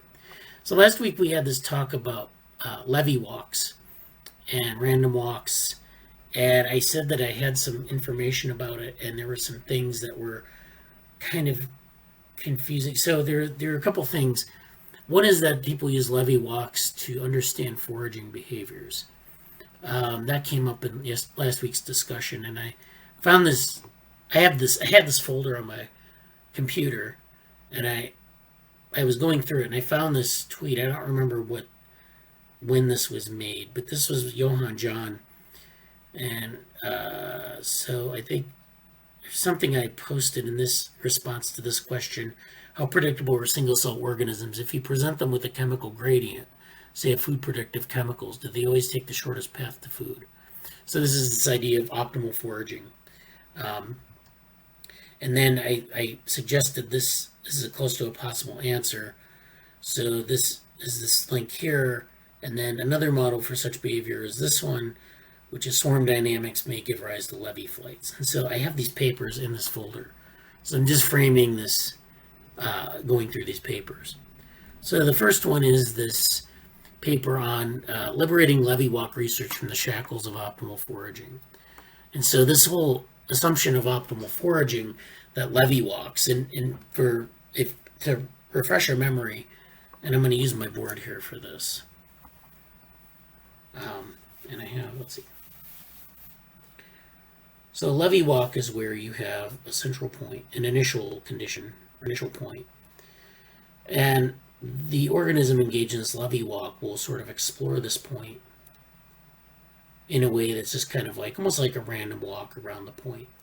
And then at some point they'll shift to a new point somewhere. And they'll explore that point for a while. And then they'll shift to another point and explore, and so on and so forth. And this keeps going on. And the idea here is that you have this distribution of exploration, of sojourns, I guess, that are distributed according to what they call a exponential distribution. So it's like you have this distribution with a mean, but then it has a long tail. And within this long tail are these long sojourns to different points. And there can be different lengths. In fact, they should be different lengths, because this exponential distribution predicts that they should be of different lengths. Some should be really long, some should be relatively short. But the idea is you have these two regimes. You have the sojourn, the long sojourn of different lengths, and then these small sojourns, which are just kind of around the this point, any one point that they explore.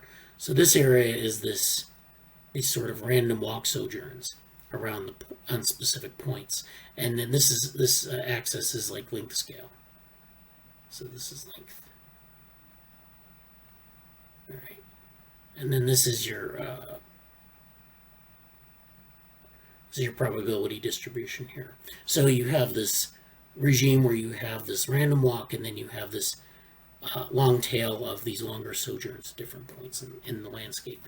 And the idea is that foragers will do this so that they can explore their local place, and then when they think they're running low on resources, they can go to a different place, and they can, work that area and then another place. So it doesn't restrict them to one little area to explore. They can't necessarily explore outward because that would take too much energy. So they explore using these sojourns. That's the idea, and it's supposed to be optimal. But then this paper actually questions that assumption. There's no compelling evidence that many organisms have movement patterns that can be described as levy walks or levy flights. Levy movement patterns have been identified in cells, microorganisms, mollusks, insects, reptiles, fish, birds, and even human hunter-gatherers. Most research into these models, the model organism movement patterns, they have been shaped by the Levy Flight Foraging hypothesis. This hypothesis says that levy walks can optimize search efficiencies, as I showed you in the board. Natural selection should lead to adaptations that select for levy walk foraging. So this is a product of natural selection. It's a product of, you might think of it as like path integration, where, there's a spatial representation in the brain. It's like the organism is measuring where it is in space, and it knows that maybe, there's a finite number of resources in one location, so it moves to a different location in space and exploits that, and it kind of keeps track of space and the distance between those patches. The idea being, the farther you go from the original patch, you should be able to hit some new resource. However, a growing body of research on generative mechanisms suggests that levy walks can arise freely as byproducts of otherwise innocuous behaviors. Consequently, their advantageous properties are purely coincidental. So this says that levy walks are just really byproducts of other behaviors, just like exploration behaviors. So just simply saying that, instead of saying it's a product of natural selection, it's maybe framed in terms of a trade-off between exploration and exploitation. So you exploit in a certain area, then you say, okay, I need to explore because I don't want to run, these resources are getting pretty sparse and I want to get to new resources. So this is something that maybe is a different way of looking at this.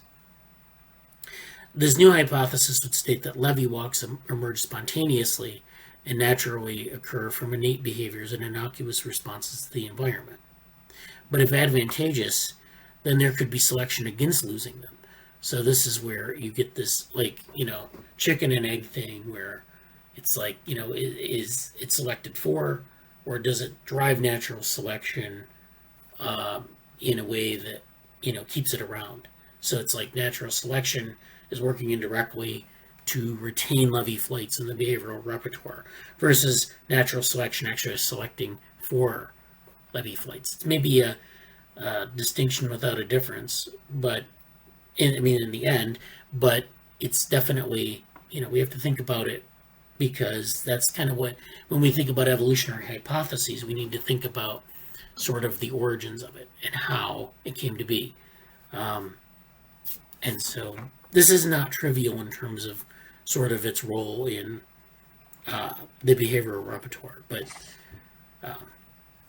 so this is kind of something they introduced. They're just asking this question, and so this is still an open question, and it's still an open area. We really don't know why organisms do these levy walks. It's just kind of like we can observe it. It's this cool physics. It comes from physics. We have this physical tool. We can observe it, but why? And so it's kind of an interesting paper or take on that. This paper then kind of talks about this, and so this is another physical model that we use to describe sort of collective behavior in animals. And these are swarm dynamics. And it sounds like swarm is biological, but as it turns out, swarms are actually physical constructs that we use to describe, collective behaviors. So when, swarms, of course, are biological phenomena. Insects do, build swarms, but the academic version of swarm intelligence is a physical model. So these swarm dynamics may give rise to levy flights. So this is, again, something that is, we observe levy flights, we say that's cool, that's interesting, but what's giving rise to them? Is it like that they're selected for, or is it just some spontaneous behavior? So in this paper, they talk about continuous time correlated random walks, which is a statistical physics model of movement or rather not movement, but it's like describing this kind of behavior. So this could be like a particle, or this could be an organism. It's very, it doesn't really matter. What matters is the output behavior and its sort of structure. So it's very abstract. And these continuous time correlated random walks means that you're looking at this system as a dynamical system, and you're looking at these length scales of these different movements of these sojourns, and you're asking, how are they correlated with one another? That's basically what that means. These type of models are founded on the classic Langevin equation that is driven by purely additive noise. The Langevin equation is, however, changed fundamentally by the smallest of multiplicative noises. So this is where you have a certain type of dynamical system, which is driven by this differential equation they call the Langevin equation. And it's driven by noise. So noise being like, just something, and we talk about noise, and we can talk about this in another meeting in more detail, but noise is like, where you have basically something that isn't driven by intention. So noise can mean a lot of things, but noise is like, it's like basically random processes, or it could also be some error. It's the way we define noise is kind of tricky, but basically if you have this model and you add noise to it, you can replicate this sort of behavior. And so multiplicative noise, additive noise, it's just the mathematical term we use to add noise into the model. The inclusion of such noises gives rise to levy flights. This is a scale-free movement pattern. As you can see, there's no single length scale here, so that's why they call it scale-free. And you may have heard that term in terms of networks, and it's similar because you don't have a characteristic number of, in this case it's distance of these sojourns, but in networks it's number of connections with other nodes. So this is what they mean by scale free. It's just kind of not, it's not random, but it's not severely or completely ordered. So they kind of talk about some of these things. Model predictions find some support in three-dimensional time-resolved measurements of the positions of individual insects. And they look at this midge, which is some sort of insect. They have these laboratory swarms that they study. They look at the positions of the insects. I assume they're using some sort of object tracking algorithm to do this, but they can actually track the movement of these swarms and look at levy flights in this way as well. So this is interesting. This is you're linking these to a sort of a generative process for these levy flights. And as it turns out, you can model the origins of them in a system of swarms. So it's really kind of it's a little bit hard on the statistical physics, but that's their interpretation of it. So kind of going through some of these other papers more quickly. This one is on swarming bacteria migrate by levy walks. So this is support for levy walks and swarms. They don't use a lot of the statistical physics modeling, but they do use this idea of superdiffusion, which is where bacteria are performing something called superdiffusion. So if you look at this board again, this example here would be diffusion, this sort of Brownian noise around a point. It's just where they diffuse around a point. And we've talked about this. You can observe Brownian noise in bacteria if you put some bacteria under a cover slide and watch them kind of move around in a quasi-random motion. In this case, they're actually doing this sort of super diffusion where they're diffusing, like, longer than normal in some cases. And so this gives you this pattern. And so they're able to study this in these swimming bacteria. You can also see this in this correlated continuous time random walk paper. This is something where they kind of give support for this type of model that we talked about in the swarming paper, where they talk more about the scale invariance and long-range memory for spatial and temporal dynamics. So this is heavy on the statistical physics, but it definitely gives you a little bit more background on that. This paper is from individual collective behavior in bacterial chemotaxis. This is something that, again, goes back to bacteria, and chemotaxis are movements that bacteria make towards chemical gradients. So they're moving towards a chemical gradient, some target, which is roughly analogous to this origin point here. So they're exploring the chemical gradient using these type of movements.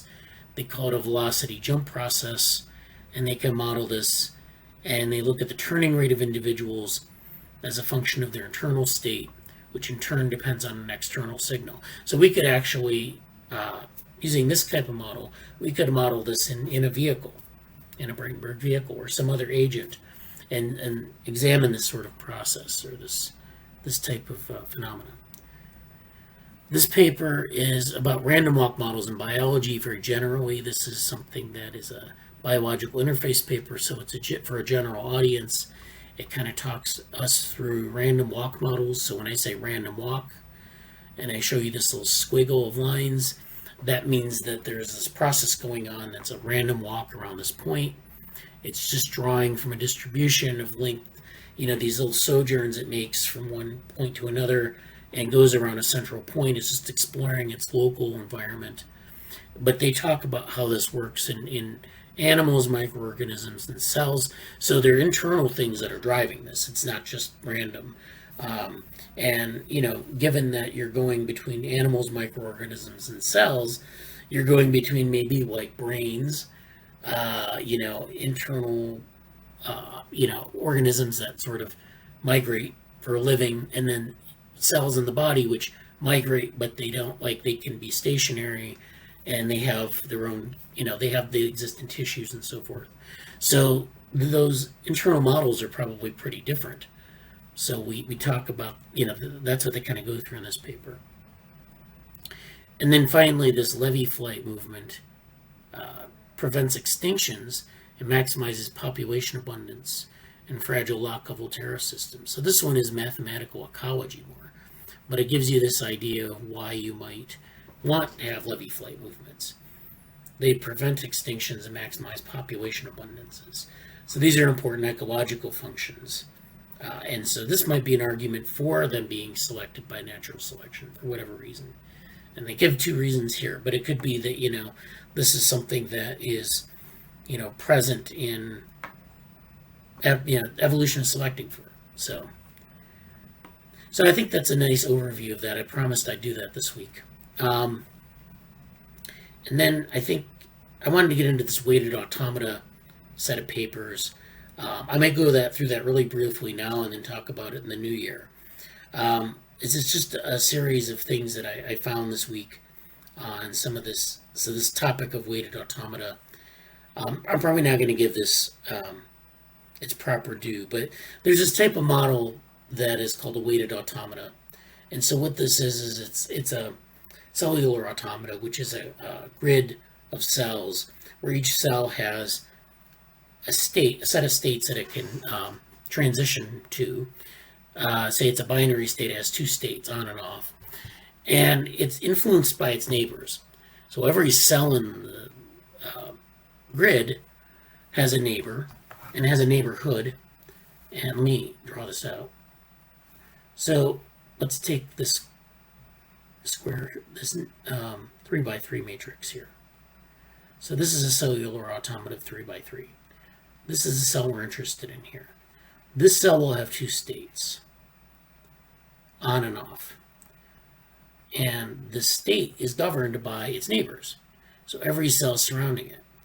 And so each of these cells will have a state, on or off. And then there will be an integration rule in this cell, which says if the majority of its neighbors are on, then I will also be on. But if a majority of my neighbors are off, then I'll turn off. So it's a model of collective behavior. And this happens all, in parallel, all the way across this matrix. This cell will have these neighbors here, so we'll have fewer neighbors, but it's basically the same rule.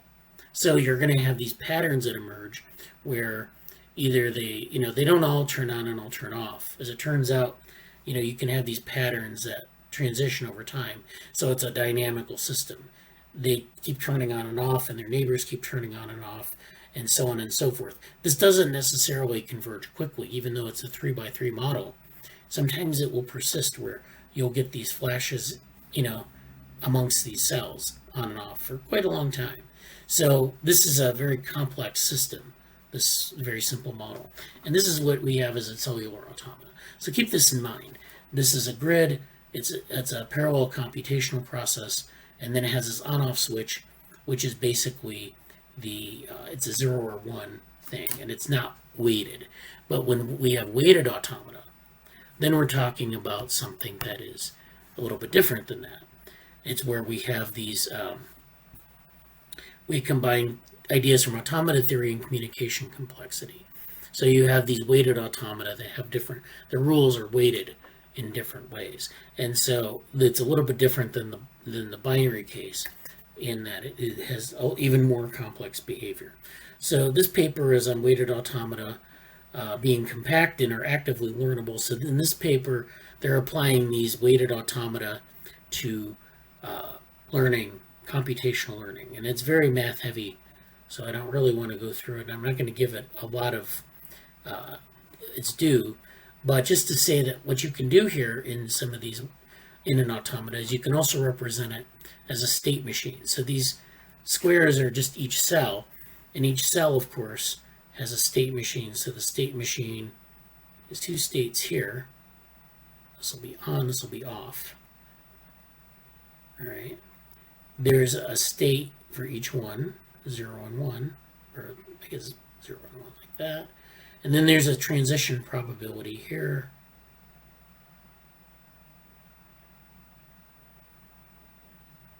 I'm not going to write this one out, but this is on to off. So I'm going to not do it as a subscript. I'll just do it here because I didn't plan the distance very well. But so these transition probabilities are things that are the weights.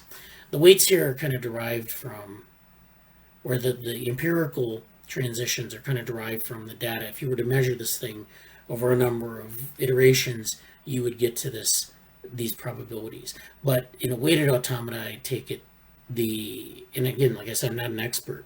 These are predetermined and determine sort of this, what this looks like, these transitions. And so there's a lot more math to it than that, but just to show you why you have these, this is an initial weighted automata, so the transition rule or the weights are a little bit more complex than what I showed you. It's weighted by this variance over epsilon functions. So, we have some little bit of complexity there, but basically these things are good for to use as an active learning algorithm. So I just bring this up because I found this interesting, and it's a newer technique that I'm not so familiar with. But I have a bunch of papers here that talk about this. So this paper is the Handbook of Weighted Automata, so it's a whole handbook on this, and I haven't read through it, but it kind of gives you a lot of detail on this. It talks about finite automata and some of the other aspects, mathematical aspects of this technique. So that's one thing. Then there's this weighted automata, introduction to weighted automata and machine learning.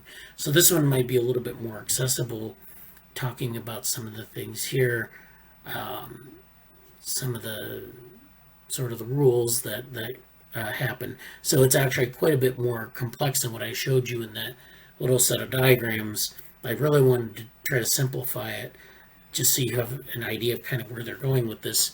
But there are a lot of different operations and things you can do here. So Weighted automata. Here, this is another paper on just kind of an introductory paper.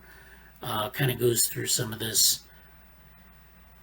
And so, yeah, kind of putting it in a more mathematical framework.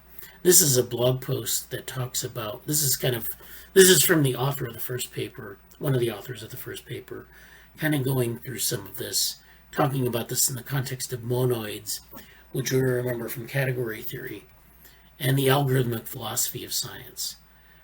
So this is kind of, goes through some of this at a higher level than the papers, but it still might be a slog. So I just, I wanted to, if people are interested in following up on this, we'll follow up on this in January, but I wanted to give you a tour of this right now. And of course, then this paper is sort of connecting weighted automata more to category theory, and some of the quite deep in category theory.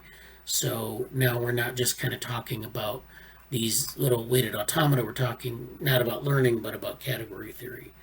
And this is pretty deep into some of the mathematics of category theory. So getting an appreciation for that. So that's all I have for this week. I think it's been quite a bit. And again, I am happy to hear feedback from people, watching this on YouTube, what you think about the past year, and maybe some of the new things in the new year that are, you might want to do. So we'll be active on Slack over the holiday break, and then we'll be back in January. I'll send out a newsletter to tell you when that next meeting is. Cool, thank you. Yeah, thank you. Have a good week, or a couple weeks.